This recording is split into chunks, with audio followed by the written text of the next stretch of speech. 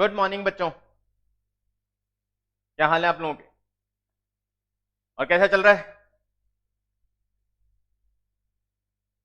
Logical reasoning में मजा आ रहा है? ऐसा लगता है ना कि गेम है, बिल्कुल पजल्स की तरह इंटरेस्टिंग सब्जेक्ट है। Actually it is very interesting. इसका कोई भी टॉपिक हम लेते हैं वो बहुत इंटरेस्टिंग होता है, क्योंकि जब जैसे न्यूज़पेपर में किसी मैगजीन में हमारे पास इस तरह के कुछ क्वेश्चंस आते थे तो हमें सॉल्व करने की बचपन से बहुत हैबिट रहती थी, मजा आता है करने में। लेकिन अभी हम उसे लॉजिकल तरीके से, कंसेप्चुअल तरीके से सीख रहे हैं और किस तरह से हमें उन्हें सॉल्व करना है, क्योंकि आपके एग्जाम्स में बहुत अच्छा वेटेज है। मतलब इस पर्टिकुलर पोजीशन से आप इजीली बहुत अच्छा स्कोर कर सकते हैं। तो अभी तक जो टॉपिक हमने लिए उसमें था डायरेक्शन टेस्ट और blood relation. Now the next topic, next important topic that I am taking today is sitting arrangement.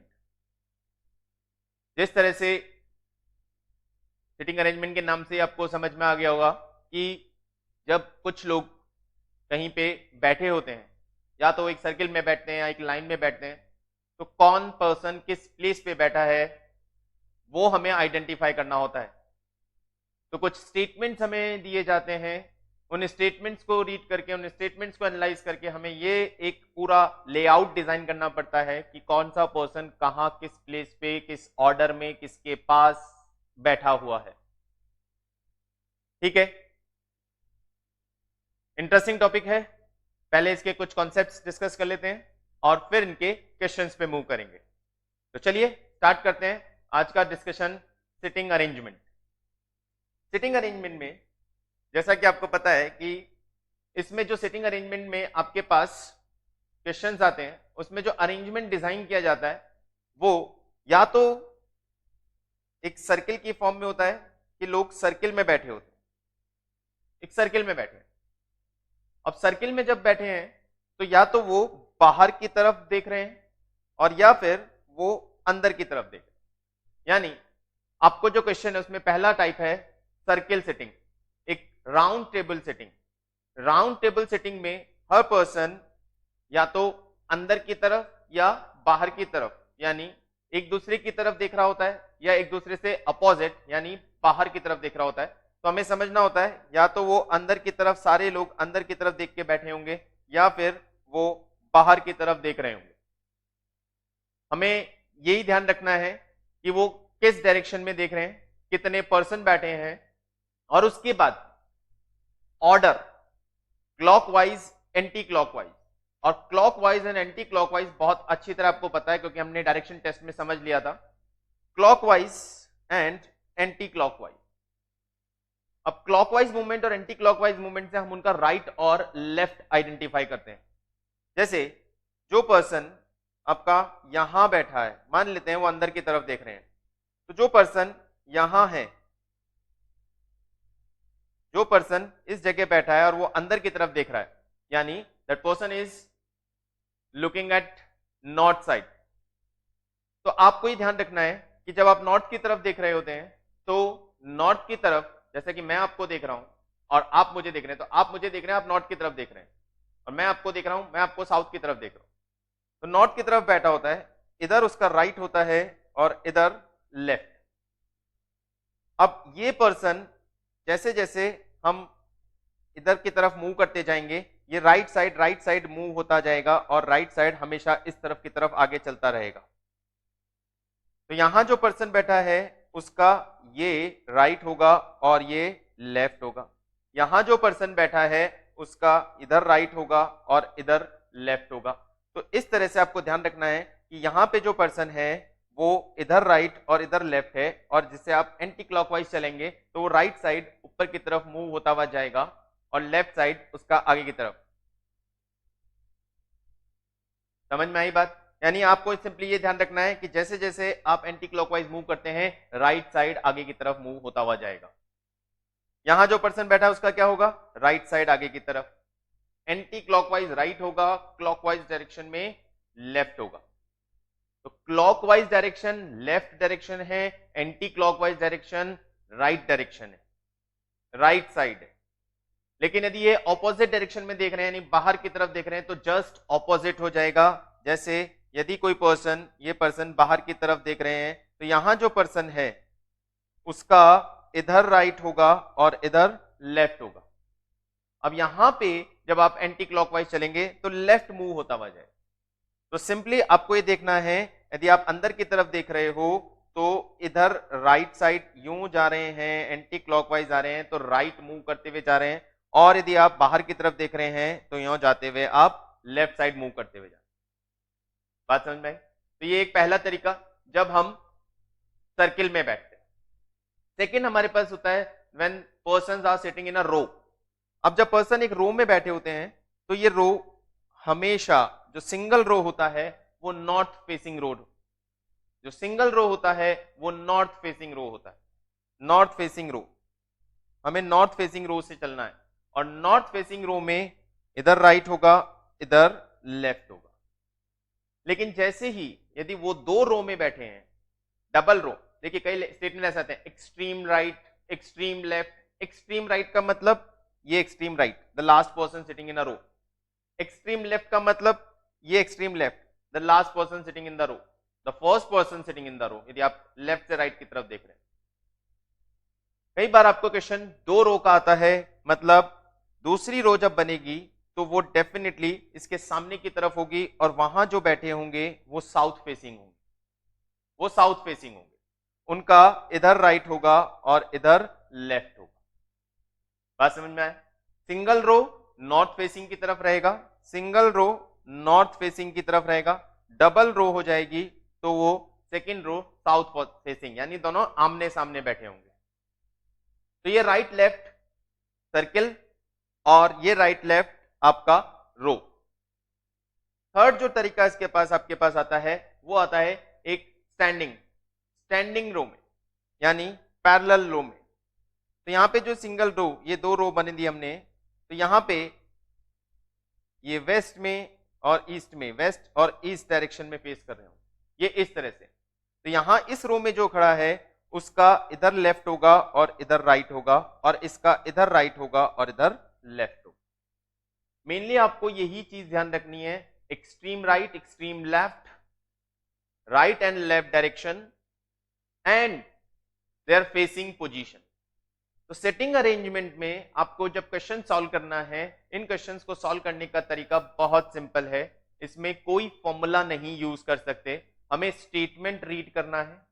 Statement read करके सबसे पहले ये आइडेंटिफाई करना है number of persons. Number of persons यानी कितने पर्संस उस रो में, उस अरेंजमेंट में हैं, या तो राउंड टेबल सर्किल में या रोज में कितने पर्संस बैठे हैं। पहला आप ये देखेंगे टोटल नंबर ऑफ पर्संस कितने हैं। टोटल नंबर ऑफ पर्संस के बाद आप उनका अरेंजमेंट चेक करेंगे, अरेंजमेंट ऑफ सिटिंग।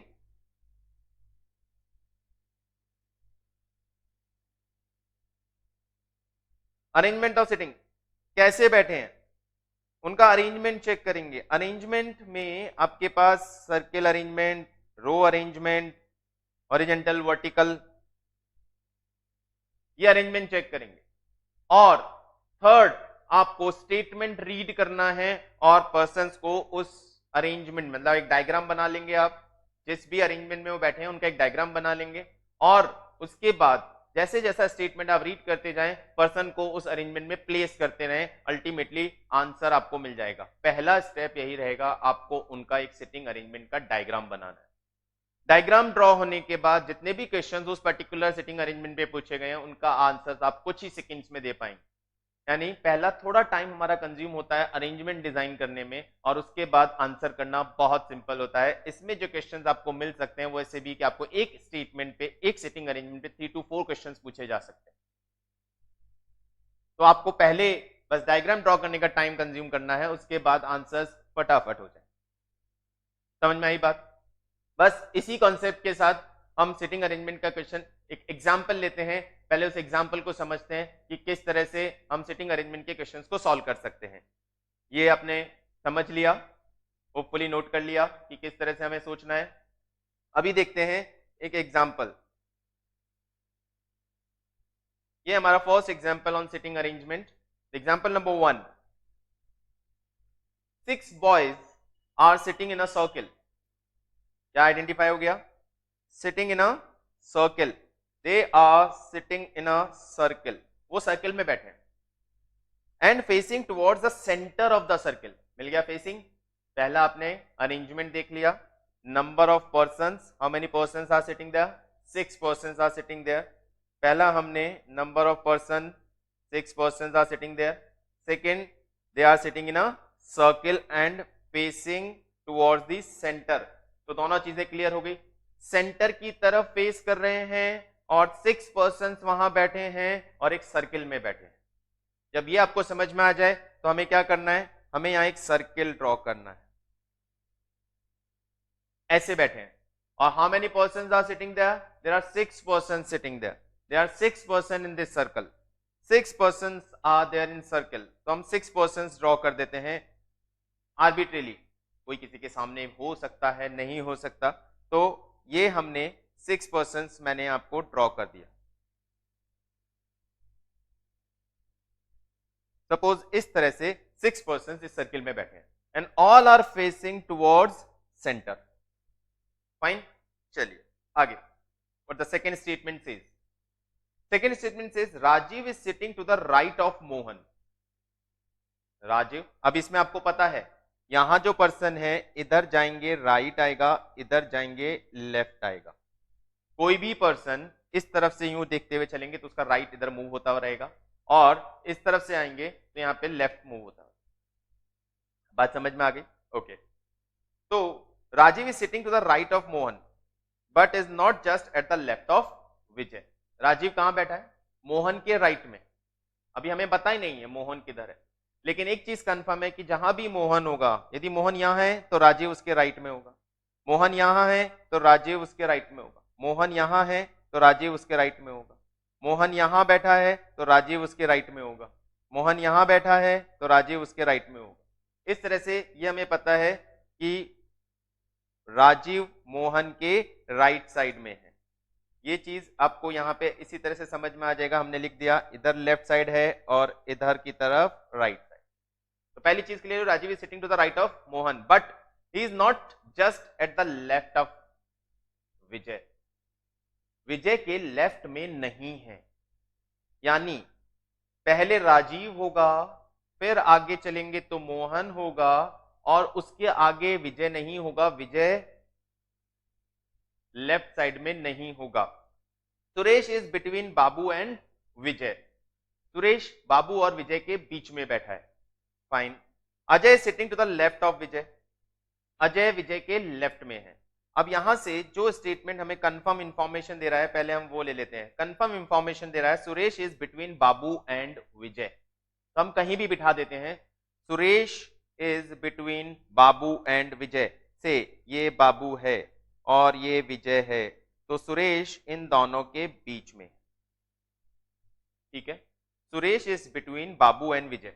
हमने दोनों को बिठा दिया, बाबू एंड विजय, और उनके बीच में सुरेश को बिठा दिया क्योंकि इनका कोई स्पेस नहीं है. बस ये बताए कि ये तीनों इस ऑर्डर में बैठे. फिर Ajay is sitting to the left of Vijay. Ajay is sitting to the left of Vijay और विजय का लेफ्ट इस डायरेक्शन में होगा. विजय का लेफ्ट इस डायरेक्शन में होगा. तो अजय विजय के लेफ्ट में फॉर श्योर इन 3 प्लेसेस में से अजय है. इन 3 प्लेसेस में से अजय मिलेगा आपको. अजय कहां है? लेफ्ट ऑफ विजय. ये विजय का लेफ्ट इस तरफ, ये विजय का लेफ्ट है, ये विजय का लेफ्ट है. तो अजय विजय के लेफ्ट में है. ये हमने ले लिया Ajay, that is left of Vijay. Fine. Now अब 2 प्लेसेस बचे. इन 2 प्लेसेस में हमारे पास 2 पर्सन बचे हैं जिन्हें हमें बिठाना है. एक है मोहन और एक है राजीव. एक मोहन और एक राजीव. ये कंफर्म है कि एक प्लेस में मोहन आएगा, एक पे राजीव आएगा. अब देखते हैं राजीव और मोहन का स्टेटमेंट क्या था. Rajiv is sitting to the right of Mohan. जहां भी मोहन होगा उसके राइट में राजीव होगा. चलिए पहले मान लेता हूं मोहन यहां बैठा है. मोहन का राइट इधर है. क्या मोहन के राइट पे राजीव हो सकता है? नहीं सर, गलत हो गया. मोहन यहां बैठा है तो उसके राइट पे राजीव नहीं हो सकता. तो ये गलत हो गया. यानी मोहन को हम यहां नहीं बिठा सकते. तो कंफर्म है मोहन यहीं बैठेगा और उसके राइट में राजीव होगा. मोहन यहीं बैठेगा और उसके राइट में राजीव होगा. और कंफर्म कर लेते हैं he is not just at the left of Vijay, वो विजय के लेफ्ट में, जस्ट लेफ्ट में नहीं है, विजय का जस्ट लेफ्ट ये होता है, मोहन यहां नहीं है, ऑब्वियसली नहीं। बन गया, सबके प्लेस आइडेंटिफाई हो गए, सारे स्टेटमेंट सेटिस्फाई कर रहे हैं, हमारा डायग्राम बन गया। अब डायग्राम बनने के बाद हम क्वेश्चन का आंसर कर सकते हैं। क्वेश्चन क्या बोल रहा है, who is sitting to the left of Mohan, Mohan के लेफ्ट में कौन है, ये मोहन का लेफ्ट, और मोहन के लेफ्ट में कौन है, यहाँ पे मोहन के लेफ्ट में बाबू है, तो answer Babu is eight the left of Mohan, Babu is eight the left of Mohan. ये हमारा फर्स्ट एग्जांपल होपफुली समझ में आया, और आगे चलते हैं और क्वेश्चन देखते हैं और क्लैरिटी आएगी। नेक्स्ट एग्जांपल पे आते हैं। Shiva, Satish, Amar and Praveen are playing cards. How many persons are there, 4। What they are doing, playing cards. Cards कैसे खेलते हैं, जब 4 लोग कार्ड्स खेलते हैं तो कैसे खेलते हैं, सर्किल में बैठ के, तो ऑब्वियसली यहां पे एक सर्किल होगा, तो क्लियर है यहां पे एक सर्किल होगा, तो they are sitting in a circle, ये कंफर्म हो गया, fine. How many persons are sitting, 4, तो ये 4 पर्सन मैंने बना दिए, ये 4 persons who are sitting cards, playing cards, और कार्ड्स खेलते तक एक दूसरे की तरफ देखते हैं, that means all are watching to the centre of the circle, fine, okay. Now Amar is to the right of Satish, Amar Satish के राइट में है, बताया था मैंने, ये राइट साइड रहेगा और ये लेफ्ट साइड रहेगा। Amar to the right of Satish, जहां भी सतीश है उसके राइट में अमर है, कहीं भी बिठा दीजिए आप सतीश को, कोई प्रॉब्लम नहीं है। ये ले लेते हैं हम सतीश, तो Satish is sitting here, Satish के राइट में कौन है, अमर, तो Amar is to the right of Satish.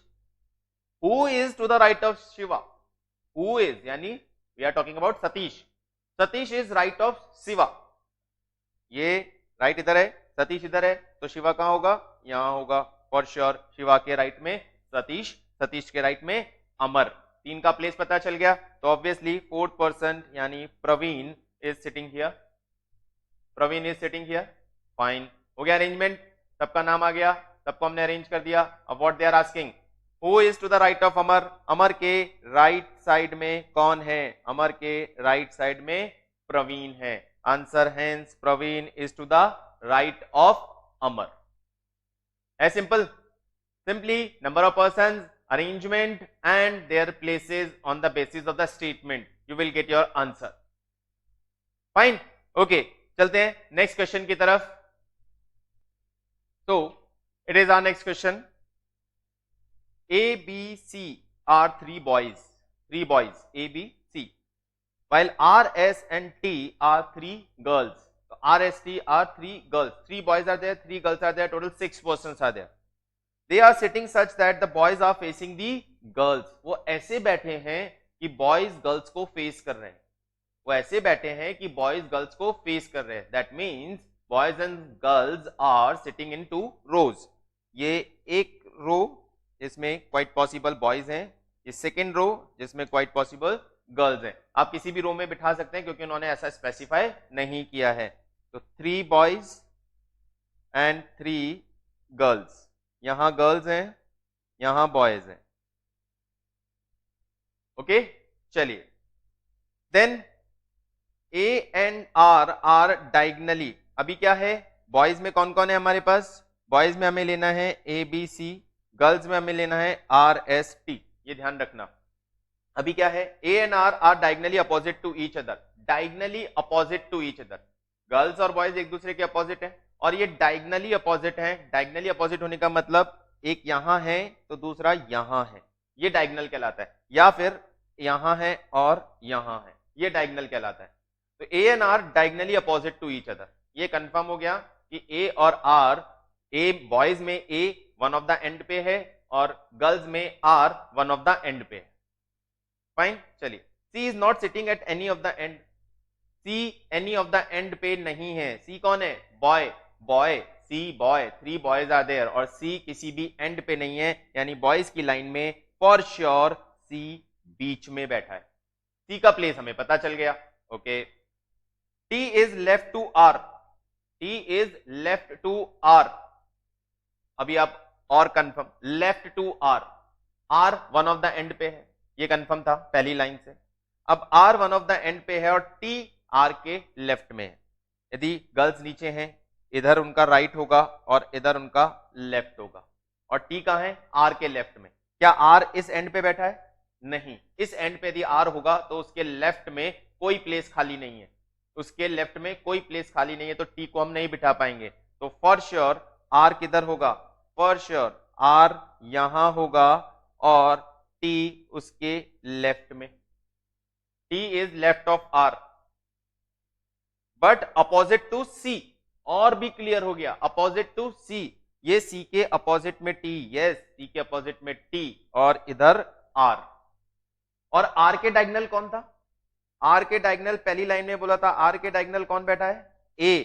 तो ये A का प्लेस भी हमें मिल गया, हियर इट इज A का प्लेस ये है, ये R के डायगोनल, ये R के डायगोनल A का प्लेस आ गया। ठीक है, तो R के डायगोनल A का प्लेस आ गया।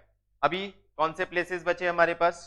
हमारे पास ये दो प्लेस बचे। बॉयज में B बाकी है, कोई डाउट नहीं, यहां बिठा दीजिए।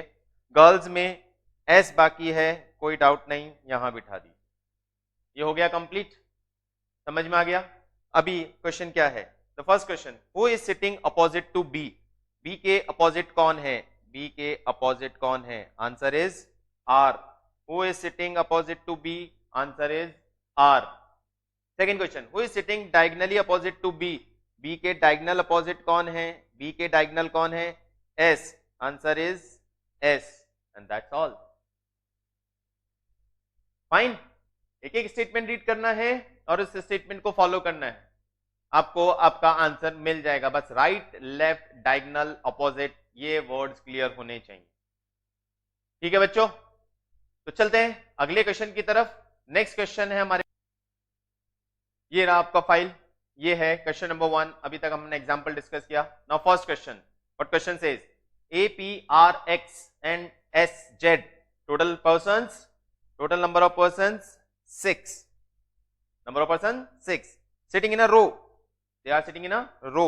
ये बना दिया हमने रो, और ये हमारे 1 2 3 4 5 6 persons and all are facing north, that means ये राइट है और ये लेफ्ट है। यहां तक क्लियर है? चलिए फटाफट चलते हैं। S and Z are in the center, S and Z are in the center।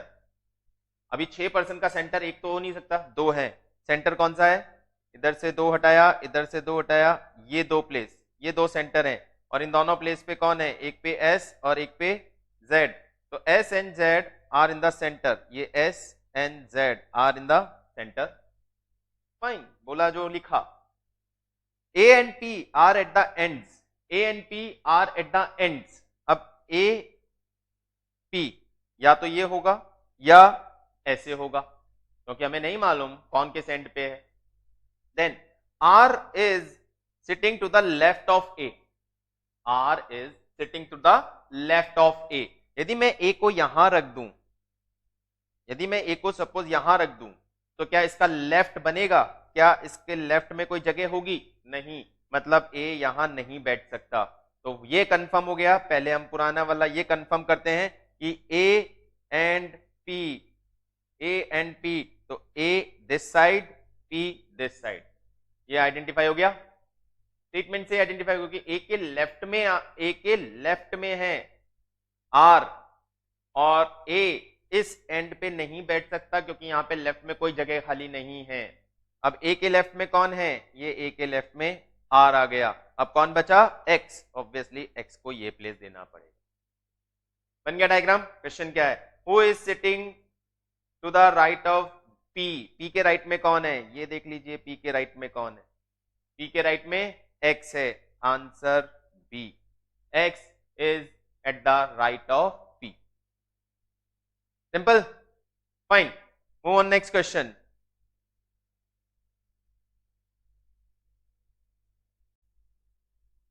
चलिए नेक्स्ट क्वेश्चन की तरफ चलते हैं। नेक्स्ट क्वेश्चन है हमारा, A, B, C, D and E are sitting on a bench. So how many persons are there? 5. A, B, C, D, E, and they are sitting on a bench. That means in a row. And जब single row होता है तो definitely किधर face करता है? North side facing होती है। ये नॉर्थ साइड फेसिंग होगी, इधर राइट होगा, इधर लेफ्ट होगा. How many persons are there? 5. 1 2 3 4 5 persons are sitting on a bench. A is sitting next to B. C is sitting next to D. D is not sitting with E, who is on the left end of the bench. तो यहां से पहला conclusion हमें यह निकलता है, E who is on the left of the bench.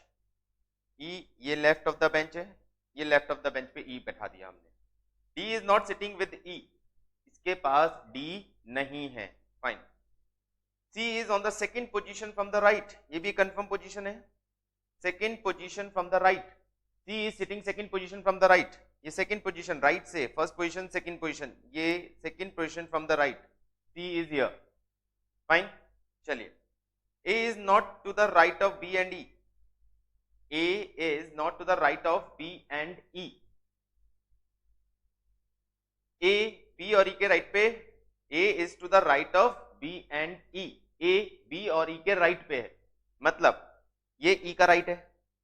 E के right पे दो प्लेस खाली है, ठीक है, और यहाँ कहें तो तीसरा प्लेस भी खाली है. A E के राइट पे है, ये कंफर्म हो गया. लेकिन वो B के भी राइट पे है. तो B के भी राइट पे होने का मतलब, यदि इन दो प्लेसेस में मुझे A और B को बिठाना है, जहां A B के राइट पे आएगा, तो फॉर श्योर B यहां होगा और A यहां होगा. Agree? A is to the right of B and E. A B और E के राइट पे है, तो E के राइट पे इस तरफ होना चाहिए. यहां इन दो प्लेसेस में से कहीं पे A है. लेकिन दूसरी चीज ये भी है कि वो B के भी राइट पे है, तो B भी इन दोनों प्लेसेस में एक जगह पे होना चाहिए, लेकिन A B के राइट पे ही होना चाहिए. तो फॉर श्योर B यहां होगा और उसके राइट पे A, यानी E के राइट पे भी और B के राइट पे भी. क्लियर है? Okay. A and C are sitting together. ये और कंफर्म हो गया. A and C are sitting together. ये A and C are sitting together. ठीक है. चलिए. देन अब हमारे पास एक प्लेस बचता है और वो प्लेस किसी और के लिए एम्प्टी है, तो वो डेफिनेटली किसके लिए आएगा? D के लिए. अब D एक और पॉसिबिलिटी यहां बन सकती थी. मैं आपको पहले वो भी क्लियर करता हूं कि आप बोलेंगे सर डायरेक्टली आप ऐसे क्यों सोच रहे हो? मतलब यहां E था, यहां C था. अब E और B के राइट में होना चाहिए, तो A इन तीन प्लेसेस में से कहीं पे हो सकता था ना. हाँ, तो हम यहाँ पे A को क्यों नहीं बिठा रहे हैं? बिठा देते हैं. चलिए A को यहाँ पे, और वो नेक्स्ट टू C भी हो गया. ये भी कंफर्म हो गया. अब इन दोनों प्लेसेस में एक प्लेस पे B आएगा, एक प्लेस पे D आएगा. इन दोनों प्लेसेस में एक प्लेस पे B और एक प्लेस पे D. लेकिन D के लिए एक रेस्ट्रिक्शन है. D is not sitting with E, who is on the left. D E के पास में नहीं है. D E के पास में नहीं है. तो D E के पास में नहीं होने की वजह से क्या होगा? इधर D नहीं बिठा पाएंगे हम. इसलिए हमारे लिए जो कंफर्म पोजीशन बनती है वो यही वाली बनेगी. इसमें कोई डाउट किसी को नहीं. चलिए अब आंसर करते हैं. क्वेश्चन क्या पूछा है इन्होंने? In which position A is sitting. A किस पोजीशन पे बैठा है? बिटवीन. तो A बिटवीन है. हमें क्वेश्चन भी ऐसा ही दिया है, A बिटवीन है. तो एक चीज और कंफर्म होती है कि A जब बिटवीन ऑफ टू है तो A right and last corner पे हो ही नहीं सकता. तो हमें कई बार कंफ्यूजन हो जाता है कि सर यहां भी हो सकता है, वहां भी हो सकता है, लेकिन आपको उसको अलग अलग इंफॉर्मेशन से, अब जो क्वेश्चन हमसे पूछा है उसमें एक चीज क्लियर हो रही है कि A दो लोगों के बीच में है, तो मैं इस पोजीशन पे चाह के भी A को नहीं बिठा सकता. यदि मैं ऊपर वाले स्टेटमेंट का कंक्लूजन निकाल के A को इस पोजीशन पे लेके भी आता हूं तो वो हमारे क्वेश्चन को जस्टिफाई नहीं करता है. ठीक है. तो in which position A is sitting? Definitely A is sitting between B and C. Answer is B. Okay, fine for all. चलिए गुड. नेक्स्ट क्वेश्चन की तरफ मूव करते हैं. नेक्स्ट क्वेश्चन में हमें एक डायरेक्शन दिया हुआ है. नेक्स्ट क्वेश्चन में हमें एक डायरेक्शन दिया हुआ है. उस डायरेक्शन को रीड करें. ये लाइन यहां से कट कर देते हैं क्योंकि आंसर है उस पिछले क्वेश्चन का. ये डायरेक्शन टू सॉल्व.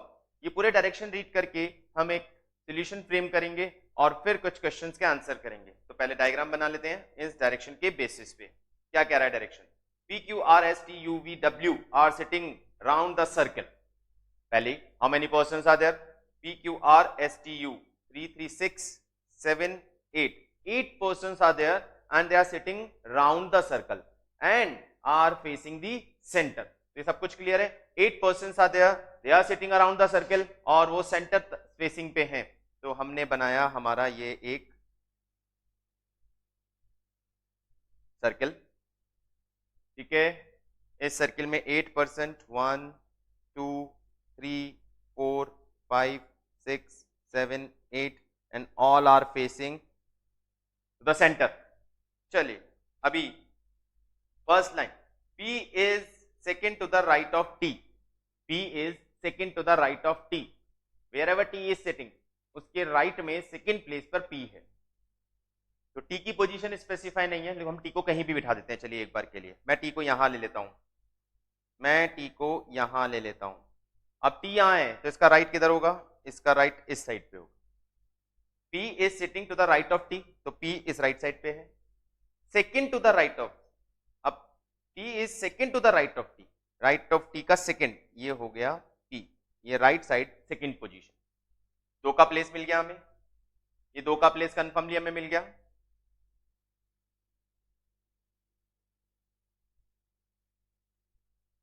ठीक है, चलिए नेक्स्ट लाइन.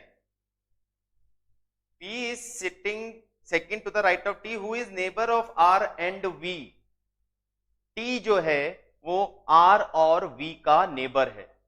T R और V का नेबर है, मतलब T के एक साइड पे R है, एक साइड पे V है.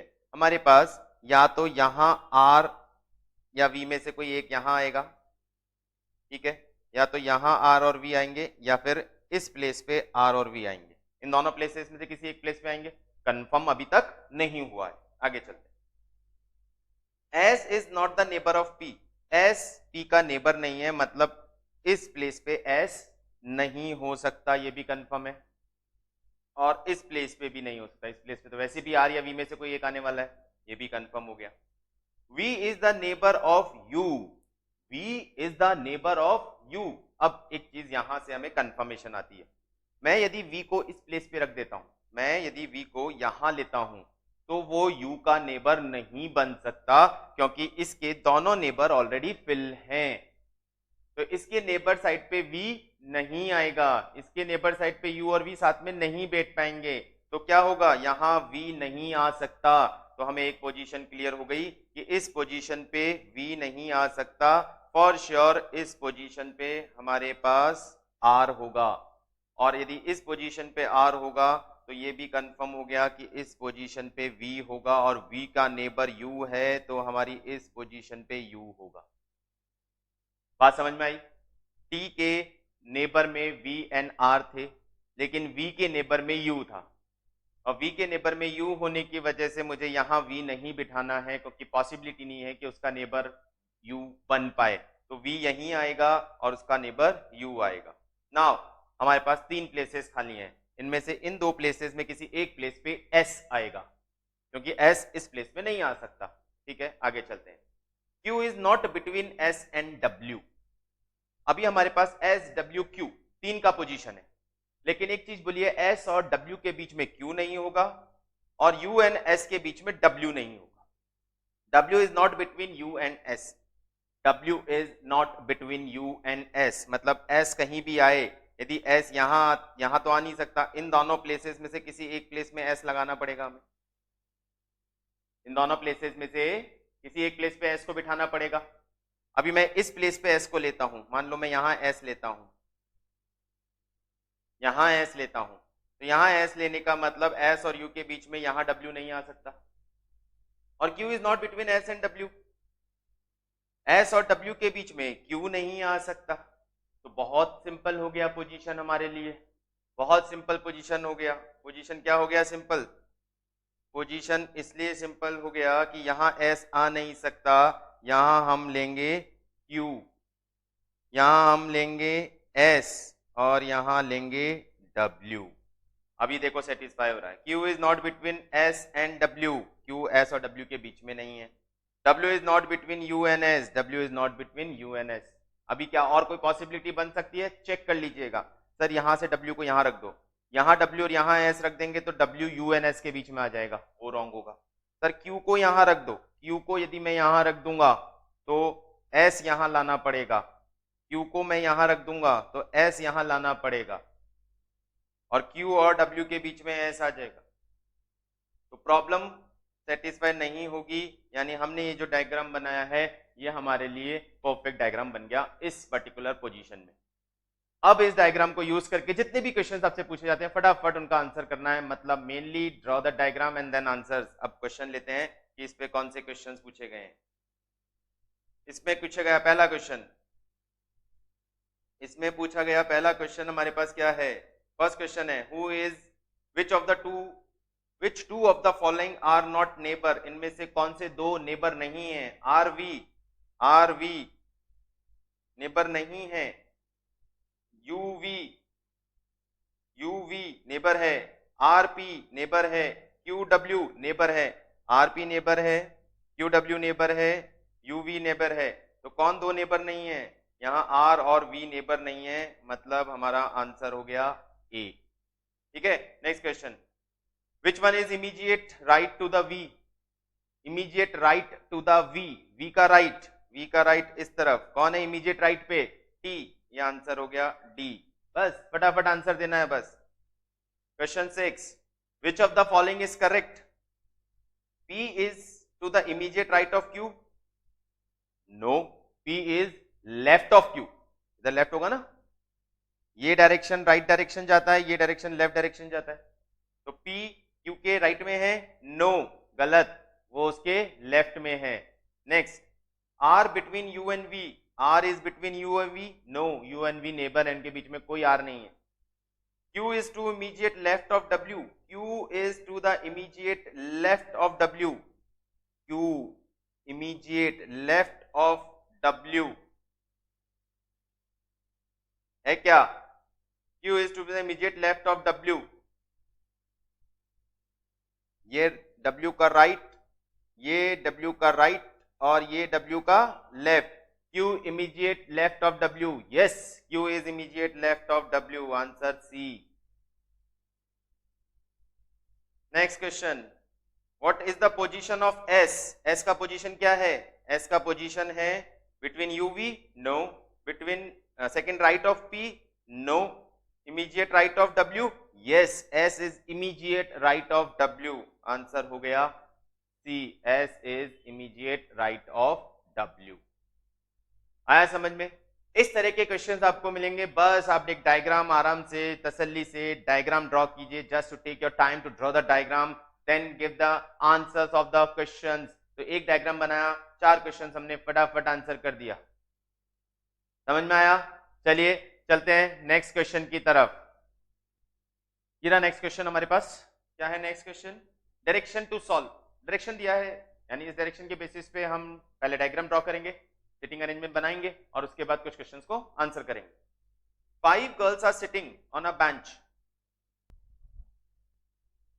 डायरेक्शन क्या है, 5 girls are sitting, first thing confirm, there are 5 girls sitting on a bench, sitting on a bench यानी in a row to be photographed, तो ऑब्वियसली लाइन में तो नहीं होगी, रो में ही होंगी, तो एक कॉलम में नहीं खड़ी होंगी, एक लाइन में खड़ी होंगे या बैठे होंगे फोटोग्राफ के लिए, तो ये हो गया आपका in a row 5 girls, 1 2 3 4 5, this is the right, this is the left, ठीक है।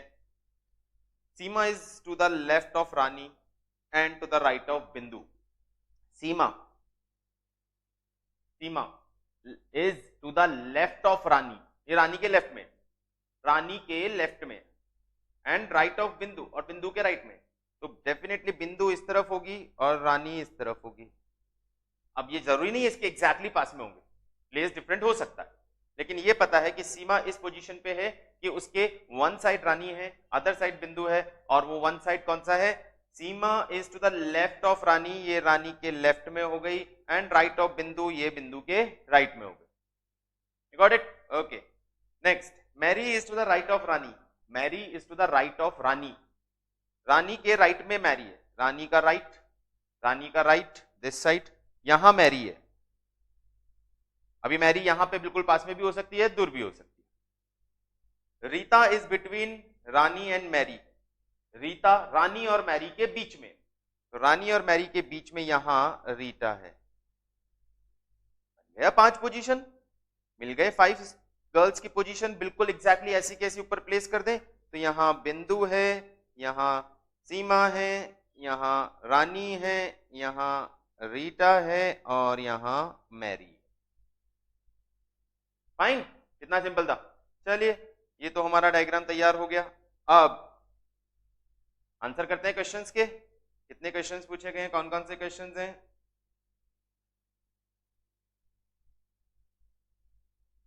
ये हमारा first question based on this, who is sitting immediate right to Rita. Rita के इमीडिएट राइट में कौन है? रीटा के इमीडिएट राइट में कौन है? रीटा के इमीडिएट राइट में कौन है? मैरी।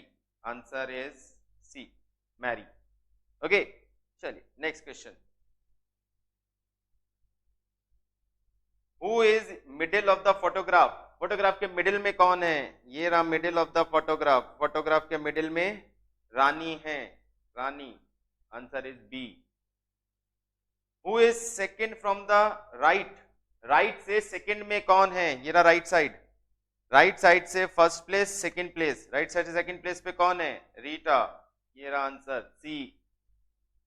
कितना फास्ट हो रहा है? Who is second from the left? Left से सेकंड कौन है? ये लेफ्ट 1 लेफ्ट 2, लेफ्ट से सेकंड कौन है? लेफ्ट से सेकंड है Seema. Answer D.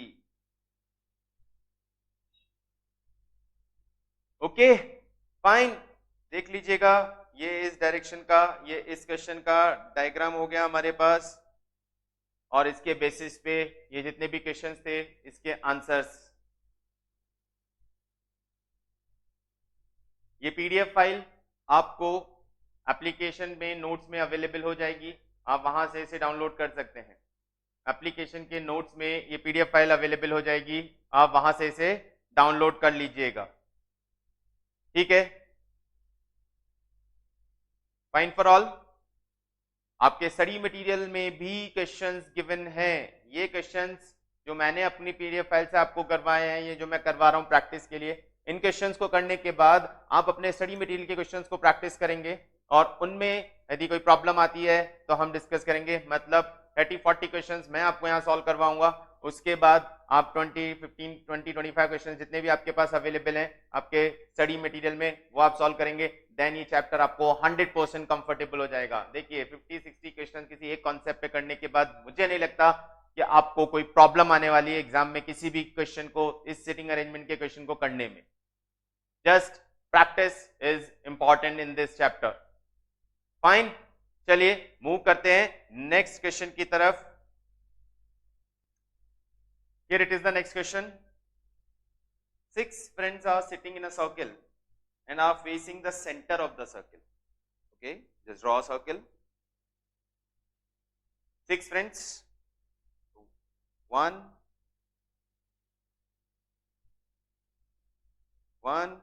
2, 3, 4, 5, 6. 6 friends facing to the center. अब साइकिल में जब बैठते हैं तो ऑब्वियसली एक दूसरे की तरफ देखते हुए होते हैं। Deepa is between Prakash and Pankaj. Deepa Prakash और पंकज के बीच में, कहीं भी ले लेते हैं दीपा को। चलिए दीपा यहां लेते हैं, तो इसकी एक तरफ प्रकाश होगा और एक तरफ पंकज होगा। एक तरफ प्रकाश है, एक तरफ पंकज है। सर ये जरूरी है? नहीं, जरूरी नहीं है, ये ऑपोजिट भी हो सकता है। इधर प्रकाश और पंकज की पोजीशन चेंज भी हो सकती है। हमें स्पेसिफिक जगह नहीं बताया है कि राइट में कौन है लेफ्ट में कौन है, बस हमें बोला है कि दीपा बीच में और बाकी दो उसके राइट एंड लेफ्ट में है, प्रकाश एंड पंकज। तो अभी के लिए मेरे पास कोई कंफर्म पोजीशन नहीं है, इसलिए मैंने इस तरह से लिख दिया। जस्टिफाई नहीं करेगा तो चेंज कर लेंगे। करेक्ट, चलिए। Then Preeti is between Mukesh and Lalit. तो 3 नए पर्सन आए, प्रीति, मुकेश, ललित। डेफिनेटली वो तीनों पर्सन इन 3 खाली स्लॉट पे बैठेंगे। तो इन खाली स्लॉट पे Preeti is between Mukesh and Lalit. अब इसके बाद वाली लाइन पहले रीड करते हैं, क्या बोल रहा है? Prakash and Mukesh are opposite. Prakash and Mukesh are opposite. अब ये कंफर्म हो गया कि प्रकाश एंड मुकेश अपोजिट हैं, तो अब एक कंफर्म पोजीशन में मिल जाती है कि ये प्रकाश है इस प्रकाश के ऑपोजिट यहां मुकेश है, इस प्रकाश के अपोजिट यहां मुकेश है, तो मुकेश को यहां बैठा देते हैं। अब उसके लेते हैं कि Preeti is between Mukesh and Lalit, तो यहां ललित होगा और इन दोनों के बीच में प्रीति होगी। अब सारे जितने भी स्टेटमेंट्स हमें दिए, हमारा डायग्राम उन स्टेटमेंट्स के अकॉर्डिंग जस्टिफाइड है, कोई प्रॉब्लम नहीं है, सब कुछ जस्टिफाइड है, फाइन। अभी जब जस्टिफाइड है तो इसके बेसिस पे आंसर करते हैं क्वेश्चंस का। देखिए पोजीशन चेंज हो सकती थी, हमें इनकी पोजीशन चेंज करनी पड़ सकती थी यदि स्टेटमेंट जस्टिफाई नहीं करते थे, लेकिन हमारी एक ही बार में सारे स्टेटमेंट जस्टिफाई कर गए, हमारा डायग्राम कंप्लीट। क्वेश्चन नंबर 1 क्या है? Who is sitting right to Prakash? Prakash के राइट में कौन है? ये right side, right side, Prakash के राइट में who is sitting towards right of the Prakash? Lalit. Answer is D. Clear है? Okay, next one, next question, who is just right of Pankaj? Pankaj के just right में कौन है? ये राइट साइड, पंकज के जस्ट राइट में कौन है? दीपा। Answer A. बस फटाफट आंसर करते चलिएगा। Who are the neighbour of Mukesh? Mukesh के नेबर कौन है? वन मुकेश के लेफ्ट साइड, मुकेश के राइट साइड, ये दो मुकेश के नेबर हैं।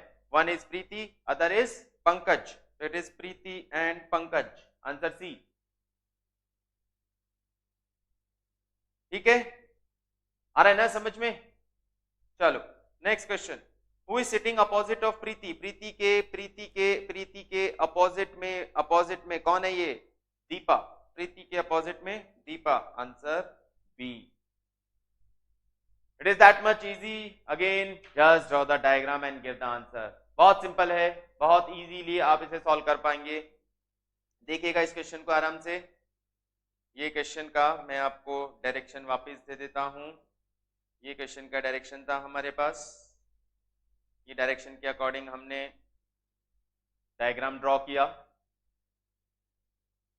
और उस डायग्राम के बेसिस पे इन सारे गिवन क्वेश्चंस के आंसर्स दिए।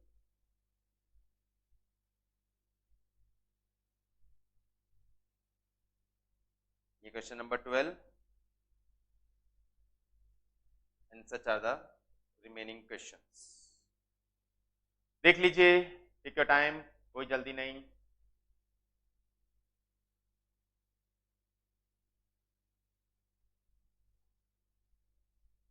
पीडीएफ फाइल आराम से आपको पूरी अवेलेबल है नोट्स में, वहां से इसे डाउनलोड कीजिए और इन क्वेश्चंस को सॉल्व कीजिए।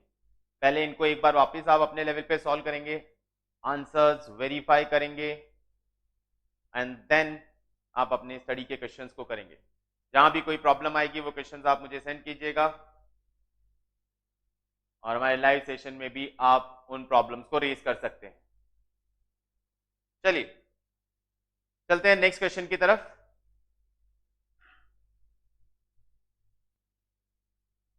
ये next question again we have direction for the next question.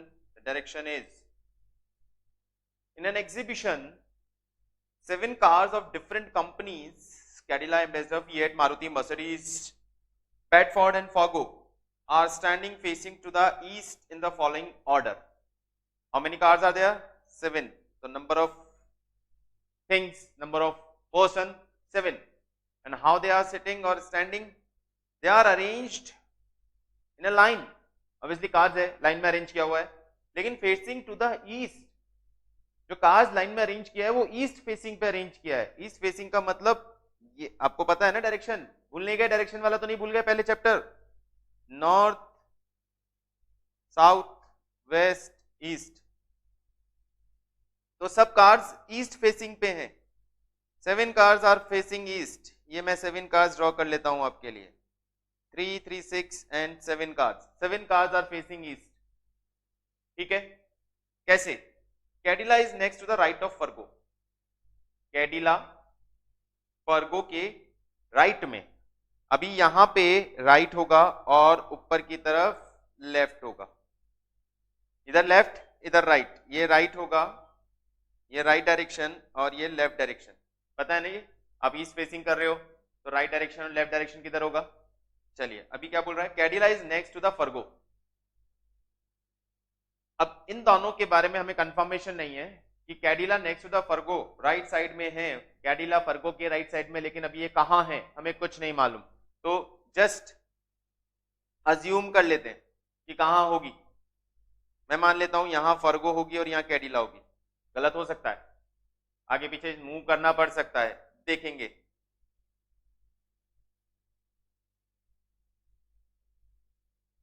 यहां मान लेते हैं। आप बोलोगे सर आप तो आंसर पता होता है इसलिए आप ऐसे मानते हो। नहीं बेटा, मैं आपकी तरह मान लेता हूं। चलो यहां मान लेते हैं। अभी Fargo is fourth to the right of Fiat. Fargo is fourth to the right of Fiat. Fargo Fiat के फोर्थ में, राइट में। तो Fargo is fourth to the right of Fiat. अब फिएट में बनाऊं, चलो मैं पहले पोजीशन पे यदि फिएट ले लेता हूं, पहली पोजीशन पे फिएट लेता हूं तो इसके राइट में यानी राइट साइड में फोर्थ पोजीशन पे फर्गो है। 1 2 3 फोर्थ, यहां होनी चाहिए फर्गो। और नीचे हो सकती है, हाँ फिएट जैसे जैसे नीचे आएगा ये और नीचे हो सकती है, लेकिन अभी तो यहां आ रही है। मैंने फर्स्ट पोजीशन पे फिएट लिया तो यहां फर्गो आ रही है, और यदि यहां फर्गो है तो यहां कैडिला होगी। तो ये जो पोजीशन मैंने पहले मानी थी ये रॉन्ग हो गई, अब इस तरह से अरेंज हो गया। चलो अभी भी चेंज हो सकता है, दैट टोटली डिपेंड्स। नेक्स्ट क्या है, Maruti car is between ambassador and Bedford. Maruti car ambassador and Bedford के बीच में है। देखते हैं, अभी हमें नहीं पता अम्बेसडर कहां है। Fiat which is third to the left of Ambassador. Fiat Ambassador के लेफ्ट में है, तो फिएट यहां है, अम्बेसडर का लेफ्ट, तो एम्बेसडर इन प्लेसेस में से कहीं पे होगी। Is it at one and? Is it at one hand? अब वन एंड पे फिएट है, ये कंफर्म हो गया। फिएट इस एंड पे नहीं हो सकती, फिएट इस लास्ट एंड पे नहीं हो सकती, क्योंकि इसके राइट में फर्गो है, तो फिएट इसके लास्ट में नहीं हो सकती। तो डेफिनेटली फिएट फर्स्ट प्लेस पे ही होगी, जो कि हमने लगा रखी है। कोई प्रॉब्लम नहीं है, फिएट करेक्ट है। अब फिएट जब करेक्ट है तो मैं बाकी चीजों पे लेता हूं। फिएट और एम्बेसडर का रिलेशन दिया है, Fiat which is third to the left of ambassador.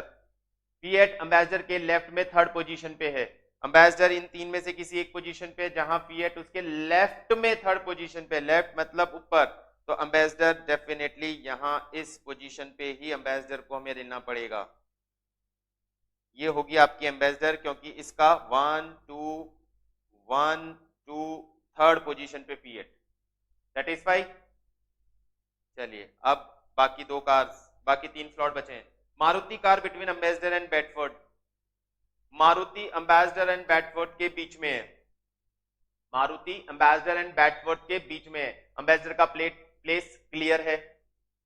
Bedford आपका इसी प्लेस पे लेना पड़ेगा, क्योंकि मारुति उनके बीच में है। ये मारुति आ गई। ये तो बहुत सिंपल था।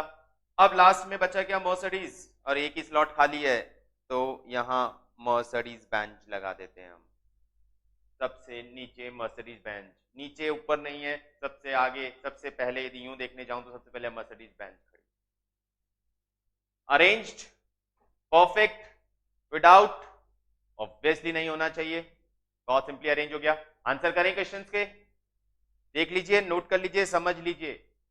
आपके पास पूरा टाइम है, वीडियो को रिवाइंड करके देखिएगा, वापस देखिएगा, स्लो मो में देखिएगा, जैसे आपकी चॉइस है। ठीक, चलिए question number 16। Which of the car are on the both side of Cadillac. Cadillac के बोथ साइड पे कौन सा कार है? कैडिला के बोथ साइड पे, हियर आर कैडिला, कैडिला के बोथ साइड, एक साइड पे फर्गो, एक साइड पे मर्सिडीज, एक साइड पे फर्गो, एक साइड पे Mercedes, Fargo and Mercedes. Fine, okay. Next question, question number 17। Which of the following statement is correct. कौन सा स्टेटमेंट करेक्ट है? कौन सा करेक्ट है देखते हैं, स्टेटमेंट रीड करते हैं। विच of the following statement is correct. Maruti is next left to the ambassador. Maruti is next left to the ambassador. Maruti next left to the ambassador. अरे तो पहला ही करेक्ट हो गया। Maruti is next left to the Ambassador, Ambassador के left में, next left में मारुति है। Yes it is, ये करेक्ट। ओके चलिए 18th, which one of the following statement is correct? Again correct statement देना है। Fargo car is between Ambassador and Fiat, Fargo Ambassador और Fiat के बीच में है, नहीं दिख रहा है sir. Cadillac next left to the Mercedes, Cadillac Mercedes यहां है और उसके नेक्स्ट लेफ्ट में कैडिला, यस करेक्ट। कुछ नहीं करना है बाबा, सिर्फ आंसर करना है। Which of the following group of car is to the right of Ambassador, Ambassador के राइट में कौन कौन है? एम्बेसडर के राइट में ये तीनों कार है, फर्गो कैडिला मर्सिडीज। दे दो आंसर, फर्गो कैडिला मर्सिडीज कहां है, कहां है, कहां है? ये रहा, फर्गो कैडिला मर्सिडीज। सॉल्व हो गया, क्वेश्चन भी कंप्लीट। इजी, सिंपल, अच्छा चैप्टर है।